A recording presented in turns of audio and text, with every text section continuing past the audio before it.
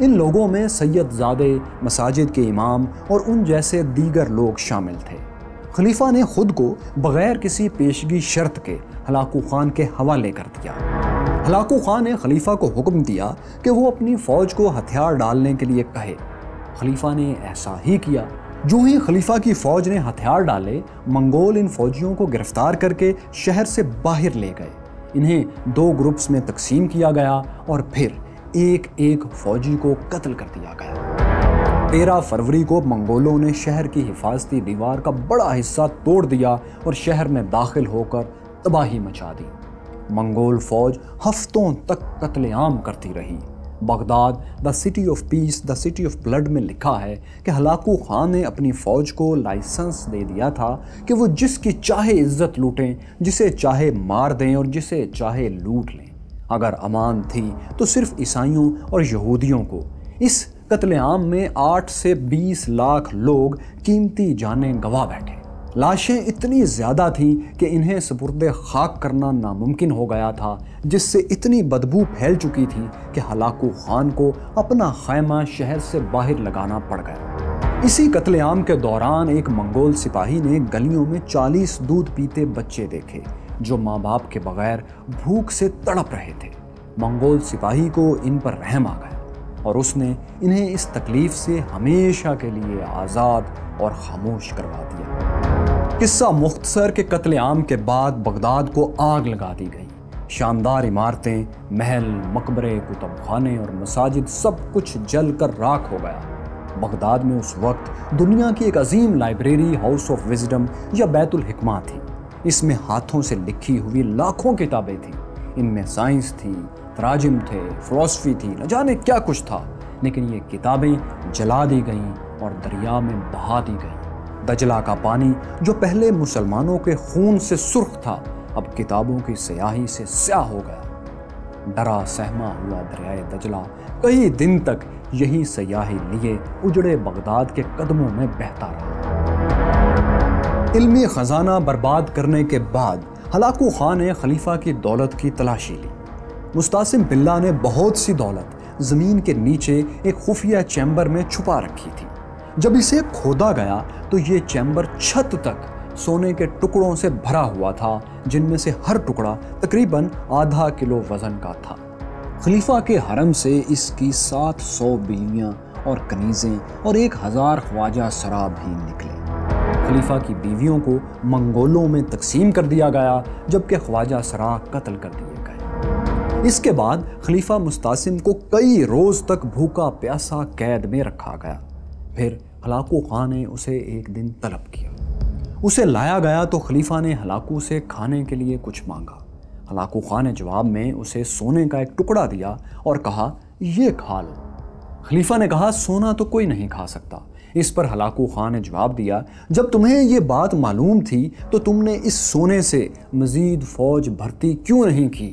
تم نے لوہے کے دروازے توڑ کر تیر کیوں نہیں بنائے؟ تم نے دریا کے پار آ کر مجھے روکنے کی کوشش کیوں نہیں کی؟ خلیفہ نے ان باتوں کے جواب میں صرف ایک بات کہی کہ یہ سب اللہ کی مرضی تھی۔ اس جواب پر ہلاکو خان بولا، اب جو تمہارے ساتھ ہوگا وہ بھی خدا کی مرضی ہی ہوگی۔ Baghdad city of peace, city of blood میں لکھا ہے کہ منگول اس بات کا فیصلہ نہیں کر پا رہے تھے کہ خلیفہ کو گرفتار رکھا جائے یا اب قتل کر دیا جائے، کیونکہ اس کے نتیجے میں بغاوت کا خدشہ تھا اور کچھ ایسی باتیں بھی مشہور تھیں کہ اگر مستعصم کو قتل کیا گیا تو شاید زلزلے آ جائیں، طوفان وغیرہ آئیں۔ لیکن پھر نصیر الدین توسی نے ہلاکو خان کو کنونس کیا کہ خلیفہ کو قتل کرنے سے کوئی آفت نہیں ٹوٹے گی، کیونکہ اس سے پہلے اس سے بڑے اور محترم مسلم لیڈرز جان سے چلے گئے تھے لیکن کوئی آفت نہیں آئی تھی۔ اس گفتگو کے بعد ہلاکو خان خلیفہ مستعصم باللہ، اس کے بڑے بیٹے اور 5 وفادار خواجہ سراؤں کو شہر سے باہر ایک گاؤں میں لے گیا اور سب کی گردنیں اتار دی۔ تاریخ میں ایسی روایات بھی موجود ہیں کہ ہلاکو خان نے خلیفہ کو اپنے ہاتھوں سے قتل کیا تھا۔ کچھ جگہوں پر یہ بھی لکھا ہے کہ خلیفہ کو اس کے خزانے سمیت شہر کے ایک ٹاور میں بند کر دیا گیا اور یہیں وہ فروری کے آخر میں 1258 میں بھوکا پیاسا مر گیا۔ جبکہ اسے قالین میں لپیٹ کر گھوڑوں تلے روندے جانے کی روداد بھی کچھ کتابوں میں لکھی ہے، اور یہ سب ریفرنس آپ اس وقت سکرین پر بھی دیکھ رہے ہیں۔ اور ہاں، اب پیچھے رہ گیا اس کا غدار وزیر ابن الکہمی۔ وہ اور کچھ دوسرے امراء ہلاکو خان سے جان بچانے میں کامیاب ہو گئے تھے، بلکہ اب اس کے دربار کا حصہ بھی بن گئے تھے۔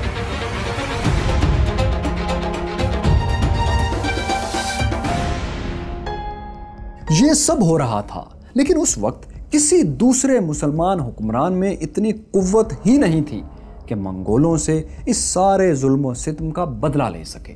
لیکن ایسے میں بغداد کی تباہی کے حالات سن کر منگول خاندان ہی کے ایک بڑے خان کا خون کھول اٹھا۔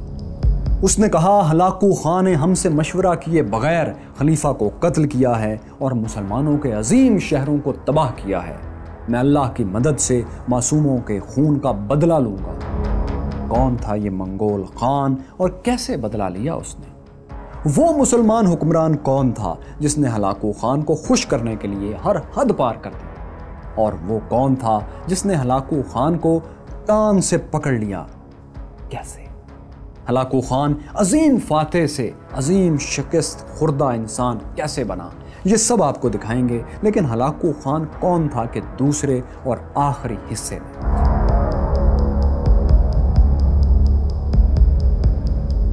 یہ اسرائیل کا عین ہارود نیشنل پارک ہے، جس میں پانی کا ایک چشمہ ہے۔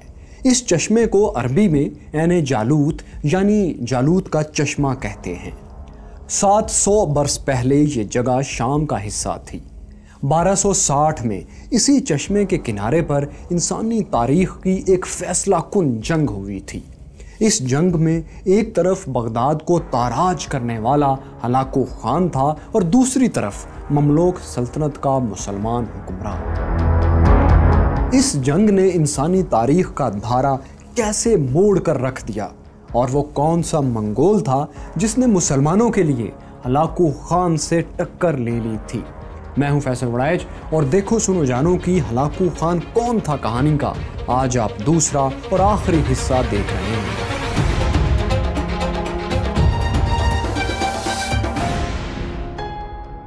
بغداد فتح ہونے کے بعد عراق سے ترکی تک مسلمان اور غیر مسلمان سب حکمران ہلاکو خان کے دربار میں پیش ہو کر اس کی اطاعت قبول کرنے لگے، بلکہ ان میں تو ہلاکو خان کی چاپلوسی کا باقاعدہ ایک مقابلہ سا چل رہا تھا۔ لیکن ترکی کا ایک سلجوق حکمران کائیقوس ثانی سب پر بازی لے گیا۔ پہلے تو اس نے ہلاکو خان کو جرابوں کا ایک ایسا جوڑا پیش کیا جس پر اس کی اپنی تصویر بنی ہوئی تھی۔ اس کے بعد اس نے اپنا سر ہلاکو خان کے سامنے جھکا دیا اور کہا، حضور آپ اپنا پاؤں اس غلام کے سر پر رکھ دیجئے۔ اب ہلاکو خان نے اپنا پاؤں اس کے سر پر رکھا یا نہیں رکھا کچھ واضح نہیں، لیکن دا منگول وار لارڈز میں یہ ضرور لکھا ہے کہ خوشامد کی ایسی بلا مقابلہ کارکردگی دیکھ کر منگول دربار حیران پریشان ضرور ہو گیا تھا۔ ہلاکو خان کی اطاعت قبول کرنے والوں میں ایک اور مسلمان حکمران موصل کا گورنر بدر الدین لولو تھا، جس کی عمر 90 برس سے بھی زیادہ تھی۔ جب وہ ہلاکو خان کے دربار میں حاضری دینے جا رہا تھا تو اس کے درباریوں نے اسے روکا اور کہا، ایسا کرنے میں خطرہ ہے۔ جواب میں بدر الدین نے خوش دلی سے جواب دیا، اگر ہلاکو خان کچھ کرے گا تو میں اسے کانوں سے پکڑ لوں گا۔ بدر الدین ہلاکو خان کے دربار میں آیا اور اس کے لیے بہت سے تحفوں کے ساتھ ساتھ سونے کی 2 بالیاں بھی لے کر آیا تھا جو اس نے پیش کی۔ منگولوں میں بالیوں کا رواج تھا، چنانچہ ہلاکو خان نے یہ تحفہ بھی قبول کر لیا۔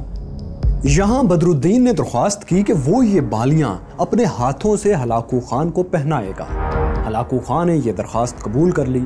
بوڑھے بدر الدین نے پھر کانپتے ہاتھوں سے ہلاکو خان کو یہ بالیاں پہنا دی۔ یوں اس نے اپنے وعدے کے مطابق ایک طرح سے ہلاکو خان کو کانوں سے پکڑ ہی لیا تھا۔ کائیقوس اور بدر الدین کی طرح اور حکمران بھی آتے گئے اور تحفے دے کر ہلاکو خان کی اطاعت قبول کرتے رہے، مگر شام کے ایوبی حکمران اور مصر کے مملوک ان آنے والوں میں اور تحائف پیش کرنے والوں میں شامل نہیں تھے۔ اس وقت شام کے مختلف حصوں پر مختلف حکمران حکومت کر رہے تھے۔ یہ پورا علاقہ کسی ایک حکمران کے کنٹرول میں نہیں تھا۔ صلاح الدین ایوبی کا پڑپوتا ناصر الدین یوسف انہی میں سے ایک طاقتور حکمران تھا جو دمشق اور الیپو، جسے حلب بھی کہا جاتا ہے، اس پر حکومت کرتا تھا، جبکہ مصر پر مملوک خاندان حکومت کر رہا تھا اور ان کا حکمران سیف الدین قطز تھا۔ ہم نے پچھلی ویڈیو میں آپ کو دکھایا تھا کہ ہلاکو خان کے بڑے بھائی موقع خان نے حکم دیا تھا کہ آمو دریا سے مصر تک چنگیز خان کا نظام قائم کر دیا جائے۔ تو اسی حکم کے تحت اب ہلاکو خان شام اور مصر کو بھی ہر قیمت پر فتح کرنا چاہتا تھا۔ بغداد فتح کرنے کے بعد ہلاکو خان آذربائیجان چلا گیا تھا۔ آذربائیجان کا جو حصہ اس وقت ایران میں شامل ہے، وہاں تبریز اور مراغہ کے شہروں کو ہلاکو خان نے اپنا ہیڈ کوارٹر بنا لیا۔ یہ خشک پہاڑوں میں گھرا ہوا جزیرہ جو آپ دیکھ رہے ہیں، ایران کی مشہور جھیل ارومیہ کا سب سے بڑا جزیرہ ہے۔ اسے کبھی جزیرہ شاہی کہا جاتا تھا اور آج کل اسے جزیرہ اسلامی کہا جاتا ہے۔ اس جزیرے پر ہلاکو خان نے ایک قلعہ بنوایا۔ بغداد سے لوٹی ہوئی دولت کا بڑا حصہ اس قلعے میں محفوظ کر دیا گیا۔ اب آذربائیجان کو بیس بنا کر ہلاکو خان شام اور مصر کے خلاف جنگ کی تیاریاں کرنا شروع کر چکا تھا۔ اس مہم کے لیے اس نے 1,20,000 سپاہی تیار کیے۔ ان سپاہیوں میں ترکوں کے علاوہ آرمینیائی اور جارجین دستے بھی شامل تھے۔ 1259 کے آخر میں ہلاکو خان آذربائیجان سے نکلا اور ترکی سے ہوتا ہوا شام کی طرف بڑھا۔ اس دور میں موجودہ لبنان، اردن، اسرائیل اور فلسطین بھی شام ہی کا حصہ تھے۔ ہلاکو خان چاہتا تھا کہ شام میں اس کے داخلے سے پہلے اس کا خوف وہاں پہنچ جائے، اور پھر یوں ہوا کہ ایسا ہو بھی گیا۔ ترکی کی خوبصورت جھیل لیک وان کے قریب ایک چھوٹے سے قلعے پر ایوبی خاندان کا ایک شخص الکامل نگران تھا۔ جب ہلاکو خان کی فوج اس قلعے کی طرف بڑھی تو گورنر نے مقابلہ کیا، لیکن ظاہر ہے وہ ہار گیا۔ منگولوں نے اسے زندہ پکڑ لیا اور پھر اسے مجبور کیا کہ وہ اپنے ہی جسم کے حصے کاٹ کاٹ کر کھائے۔ اس غیر انسانی سلوک نے جلد ہی گورنر کی جان لے لی۔ منگولوں نے وہاں کے تمام مسلمانوں کو بھی قتل کر دیا۔ اس کے بعد ہلاکو خان تیزی سے شامی شہر الیپو کی طرف بڑھا۔ یہ شہر ناصر الدین یوسف کا دارالحکومت بھی تھا۔ جنوری 1260 میں ہلاکو خان اپنی فوج کے ساتھ الیپو کے سامنے پہنچ گیا۔ ناصر الدین ہلاکو خان کی آمد سے پہلے ہی شہر چھوڑ کر دمشق جا چکا تھا۔ اس کی غیر موجودگی میں شہر کے محافظوں نے 1 ہفتہ ہلاکو خان کو شہر سے باہر روکے رکھا، لیکن ناکام رہے۔ پھر جب منگول فوج شہر کے اندر داخل ہو گئی تو یہ محافظ شہر کے اندر ایک قلعہ نما عمارت میں پوزیشن لے کر منگولوں کے خلاف لڑتے رہے، لیکن 25 فروری 1260 تک یہ عمارت بھی منگولوں کے قبضے میں چلی گئی۔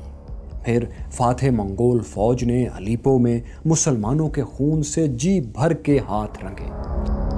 منگول فوج میں شامل جارجیا کے سپاہیوں نے ہلاکو خان کے حکم کے بغیر ہی الیپو کی جامع مسجد بھی تباہ کر دی۔ شہر کے زیادہ تر مسلمان قتل کر دیے گئے۔